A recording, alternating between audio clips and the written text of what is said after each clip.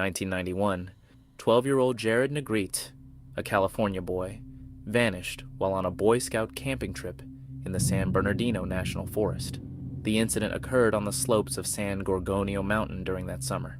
It was Jared's first overnight trek toward the summit, and he struggled to keep pace with the more experienced scouts. The troop decided to push ahead at a faster speed, leaving him behind. Eventually, he became separated from the group. Other hikers on the trail later reported seeing him cutting across switchback sections, and that was the last confirmed sighting of him. When the troop descended, Jared was nowhere to be found. Authorities launched an extensive search and rescue mission, deploying helicopters, tracking dogs, thermal imaging equipment, and hundreds of volunteers. Reports indicate that nearly every branch of the military participated. Units of U.S. Marines even halted their training exercises to assist in the search within the forest. Classified sensor technology was also employed. Over the course of 3 weeks, teams scoured the area around the 11,500-foot peak of Mount San Gorgonio. At roughly 10,000 feet, they discovered shoe prints consistent with Jared's footwear, along with his backpack, beef jerky, candy wrappers, and a camera. However, Jared himself was never located. No trace of his body has ever been found, and no solid evidence of an animal attack, abduction, or accidental fall has come to light. 12 photographs were developed from Jared's camera.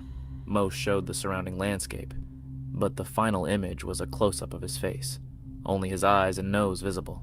Many believe that in that last shot, Jared was attempting to capture whatever might have been lurking behind him in the dark. Given the photo's angle and the use of flash, speculation has arisen that the white glow near his head is actually the reflection of an eye, belonging to someone or something standing just behind him in the forest shadows. Some observers go further, claiming that the image not only shows an eye reflection, but also reveals the entire right side of a Sasquatch's face, including part of the nose and mouth. Indeed, to some, the outline does resemble an ape-like visage positioned directly behind the boy. Despite an immense search effort involving military resources and advanced classified technology, Jared Engebretsen's fate and his current whereabouts remain an unsolved mystery. No additional signs of him or his remains have ever surfaced. This has led some to suggest that the theory of national parks and forests serving as the domain of something unknown to the general public may not be as far-fetched as it sounds. We will continue exploring other missing persons cases in future episodes of Bigfoot Territory. What are your thoughts on disappearances in national parks? Do you believe the government is withholding information? And what's your take on the missing 411 phenomenon? Share your opinions in the comments below, and don't forget to hit the like button if you enjoyed this episode. In 2022, a hunter named Brian captured an intriguing photograph while in Oregon's Fremont-Winema National Forest. The image depicted a black-tailed deer cautiously surveying its environment. Suddenly, a large, dark form emerged from the nearby foliage, distinct from the deer. This incident calls to mind a previous event that occurred on December 5th, 1998. The Engebretson family, residents of Bonanza, Oregon, were preparing for the Christmas season. Each year they would venture into the densely forested Fremont-Winema National Forest in search of a suitable Christmas tree. This forest, characterized by its abundance of tall fir and pine trees, was renowned for providing ideal specimens for holiday decoration.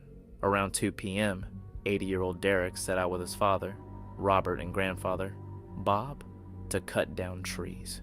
Bundled up against the cold, Derek carried a small hatchet with him. He was a third grader with a deep love for the wilderness, earning him the nickname Bear Boy. Derek loved watching wildlife shows at night, curled up in his bed. The family had permission to cut 3 trees, one of which they planned to gift to a disabled neighbor.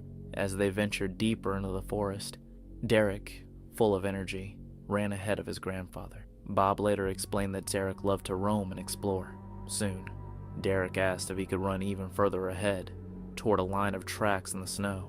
Thinking the tracks were left by Robert, Bob agreed, assuming it was safe, since they seemed to belong to someone familiar. However, the footprints were unusually large, much bigger than a normal person's.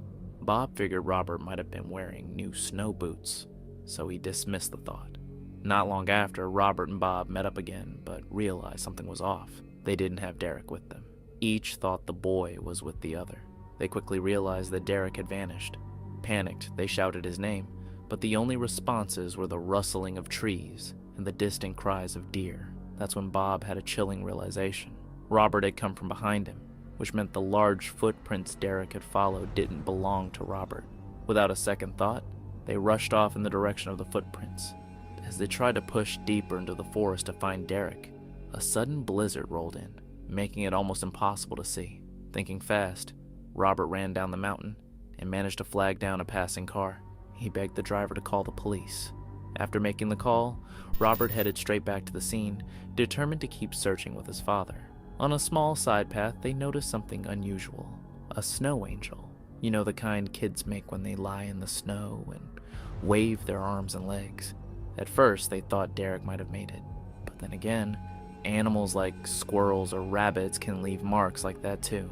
By now, it was about 6 p.m., and the sky was getting dark. Worry turned into fear as the family realized how serious this was.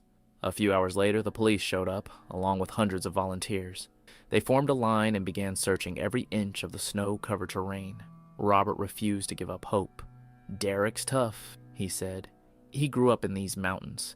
He knows them like the back of his hand. Maybe he's hurt or stuck somewhere." But the temperature had already dropped below freezing. Even if Derek was alive, he wouldn't last long in those conditions. The search expanded. Volunteers on foot, police helicopters circling above, and even search dogs were brought in. But the relentless snowfall slowed everything down. Then, on the third day, there was a break. A volunteer reported finding footprints on a snow-covered rock. They looked like they belonged to a child. Robert ran to the spot and followed the trail. The footprints led all the way to the banks of the river upstream from Klamath Lake. And then, they just stopped. Nearby, they found a makeshift shelter built out of tree branches. It looked like it could block the snow, but Robert was certain Derek didn't make it. "Some of those branches are way too thick. Derek couldn't have snapped them," he said. When the search dogs were brought over, they didn't pick up Derek's scent. Instead, they started howling as if they were scared of something. And just like that, the trail went cold. Day after day, the chances of finding Derek alive grew smaller and smaller. By the 7th day, the police announced they were ending the official search, saying the blizzard made it too dangerous to continue. But the family wasn't ready to give up. They kept organizing their own search teams. About a month later, someone found a school bookmark in a candy wrapper in the forest. The bookmark was from Derek's school, and there were even traces of blood nearby. But these clues, discovered miles from where he was last seen, didn't lead to anything. Derek's disappearance remains a mystery to this day. The official investigation never found answers, but people haven't stopped speculating. Some think the boy was kidnapped, but no one really knows. In October 1999, a piece of writing was discovered in a restroom at a rural rest stop south of Portland. The contents seemed to reference Derek's case. Early in the investigation, a witness claimed they saw an unidentified man arguing with a young boy on the night Derek went missing. At the time, the witness dismissed it, assuming it was just a father and son having a disagreement. There were also reports of an unidentified man driving a Honda in the forest that day, asking for directions. These suspicious events added weight to the theory that Derek might have been kidnapped. In 2008, a man named Frank Megan was charged with kidnapping and murder in a separate case. Investigators working on Derek's disappearance speculated that Frank might have killed the boy, but without concrete evidence, it remained nothing more than a theory. Another viewpoint argued that Derek couldn't have been abducted. While Frank had a history of targeting young boys, his crimes usually occurred near schools and neighborhoods. Plus, the footprints Robert found indicated Derek was heading up the mountain, a place where Frank would have no reason to be, especially in such cold weather. A second, more eerie theory suggested that Derek's disappearance might involve something not entirely human. Independent investigator David Paul Leeds proposed this idea. According to him, hundreds of people vanish in North American forests every year, most of them children. Paul Leeds pointed out that these cases often happen in the blink of an eye. Children disappear in just minutes, never to be seen again. In Oregon alone, Paul Leeds found over 400 disappearance cases from park records in a single year. He noted, "It's almost unbelievable how many kids go missing in Oregon's wilderness." While authorities explore conventional explanations for Derek's disappearance, Some individuals propose a more esoteric theory involving the legendary creature known as Bigfoot. This speculation gained momentum on social media in 2023 when a commenter suggested that Bigfoot might be drawn to children, utilizing objects like sticks or trinkets to entice them before abducting them. This hypothesis was further fueled by an incident in 2022 when a hunter named Brian captured footage of a large humanoid figure ambushing a deer in the Oregon mountains. Brian described the creature as exhibiting cunning hunting strategies, using berries as bait and setting traps. He even discovered a deer with its head violently detached, attributing this gruesome find to the creature's predatory behavior. Regardless of whether Derek's disappearance is attributable to criminal activity, supernatural forces, or an entirely unforeseen circumstance, his case remains one of Oregon's most perplexing unsolved mysteries. His head, it was completely gone, Brian said, pausing as if even he couldn't believe what he was describing. It would take an incredible amount of strength to do something like that. People in the community started connecting Brian's story with what David Paulides had been saying for years. The theory that Derek wasn't lost or attacked by an animal, but rather taken by some unknown creature living deep in the forest. A creature some believe might actually be Bigfoot. When you piece it together, things start to make a disturbing kind of sense. On December 5th, the family was at the site. Derek, being a curious little kid, wandered off just out of his grandfather's sight. Then he spotted footprints in the snow. He thought, those must be Dad's, so he followed them. But what Derek didn't know was that something or someone was already lying in wait. Some believe Bigfoot had left those prints intentionally and even made a snow angel to catch Derek's attention. Then, as soon as he got close enough, he was gone. People have pointed out that there were makeshift shelters built from branches in the area too. Some think that's a sign Bigfoot had been there for a while. Maybe Derek was taken somewhere far from that spot. Now, sure, it's just a theory. It hasn't been officially recognized, and honestly, the authorities lean toward a much sadder explanation. Derek got lost and died from exposure to the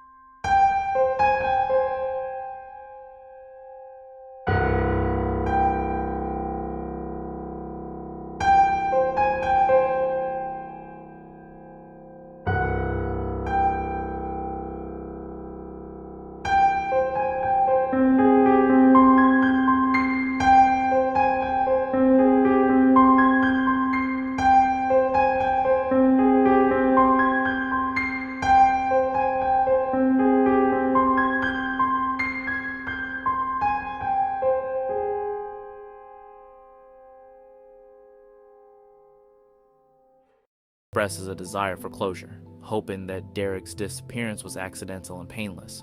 He struggles to accept the possibility of foul play and prays that Derek was unaware of his predicament.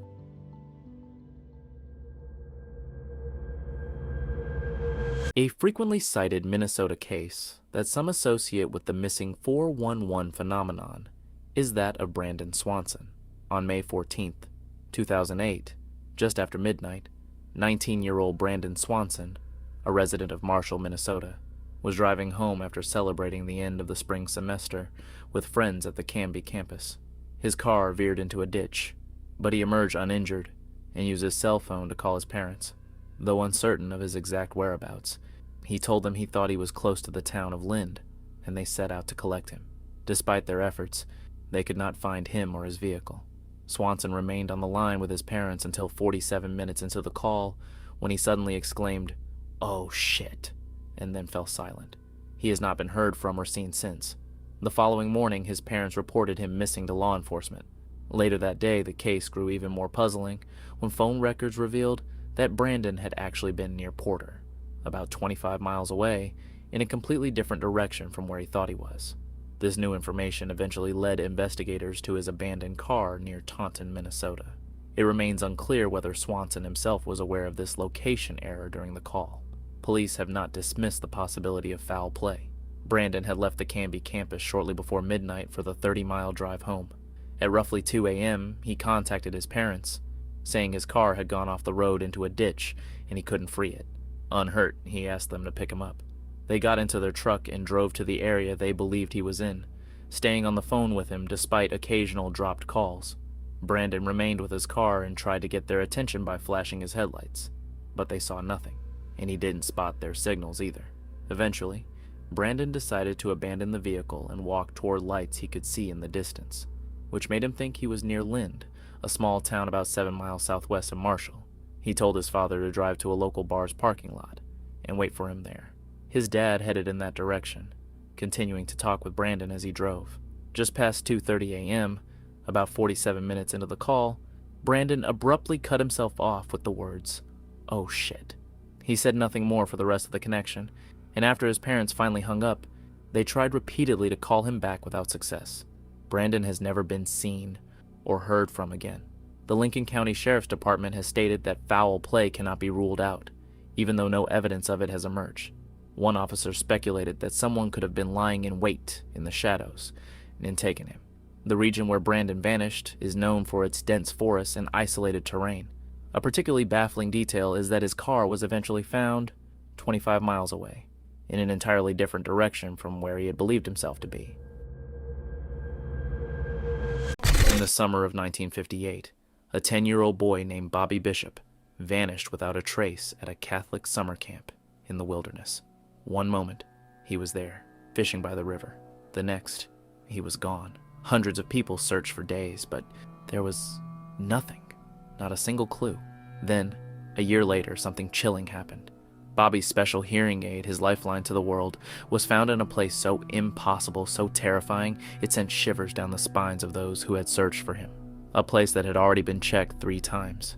So the question is, if Bobby couldn't have put it there, who did, and why? It was a perfect summer that turned into a nightmare. It was the kind of summer kids dream about. Campfires under the stars, ghost stories whispered in the dark, and days filled with adventure. For Bobby Bishop, Camp St. Malo was supposed to be just that, a summer of fun. Bobby was a bright, curious kid, always eager to explore. However, unlike the other boys, he faced one challenge. He was partially deaf. He relied on a special hearing aid, a small device that helped him navigate the world. It was his connection to everything around him, and on the day he disappeared, it was right there with him. That afternoon, Bobby had wandered off to a quiet spot by the river, his fishing line bobbing in the water. The air was warm, the trees swayed in the breeze, and for a moment, everything seemed peaceful. Then a counselor called out to him, "Bobby, time to head back." Bobby reeled in his line, picked up his things, and started walking. He was right behind the counselor, following the trail back to camp, and then he was gone. A search that defied logic began. At first, the camp staff thought maybe he had just lagged behind, perhaps stopped to tie his shoe or got distracted. But minutes passed, then an hour, then nightfall. Panic set in. By morning, the camp was swarming with search teams, counselors, police, volunteers, even the National Guard. Over 400 people scoured the area, calling Bobby's name. They searched the woods, the river, the mountains, every inch of the campgrounds. Nothing. Not a footprint, not a piece of torn clothing, not a single sign that Bobby had ever been there. Days passed. Hope faded. No one could explain it. A 10-year-old boy couldn't just vanish into thin air, but somehow he did. Then, exactly 1 year later, everything changed. A discovery that made no sense. It was an ordinary summer day at Camp St. Malo when a group of counselors made their way up the steep mountainside. The area was rocky, treacherous, and difficult to navigate, even for experienced hikers. And then someone stopped. There, lying on the ground, was something small, something metallic catching the sunlight. A hearing aid. Not just any hearing aid, but Bobby Bishop's hearing aid. The exact one he had been wearing the day he disappeared. For a moment, No one spoke. The air around them felt heavier, the silence almost deafening. The realization sank in like a stone. How was this possible? The section of the mountain had been searched multiple times. Not once, not twice, but 3 times. Authorities, search teams, and volunteers had combed through that area in the days after Bobby vanished, and yet the hearing aid hadn't been there before. There was no way a 10-year-old boy, especially one with hearing difficulties, could have climbed that high on his own. The terrain was brutal, steep, and filled with loose rocks and thick brush. Even trained searchers struggled to get up there, and yet, here it was. Someone or something had put it there, an unsettling realization. The counselors who made the discovery reported it immediately. When authorities arrived, they were just as baffled. There were no other traces of Bobby, no clothing, no remains, nothing that suggested he had ever made it up there himself. Just his hearing aid, placed in plain sight, almost as if someone wanted it to be found.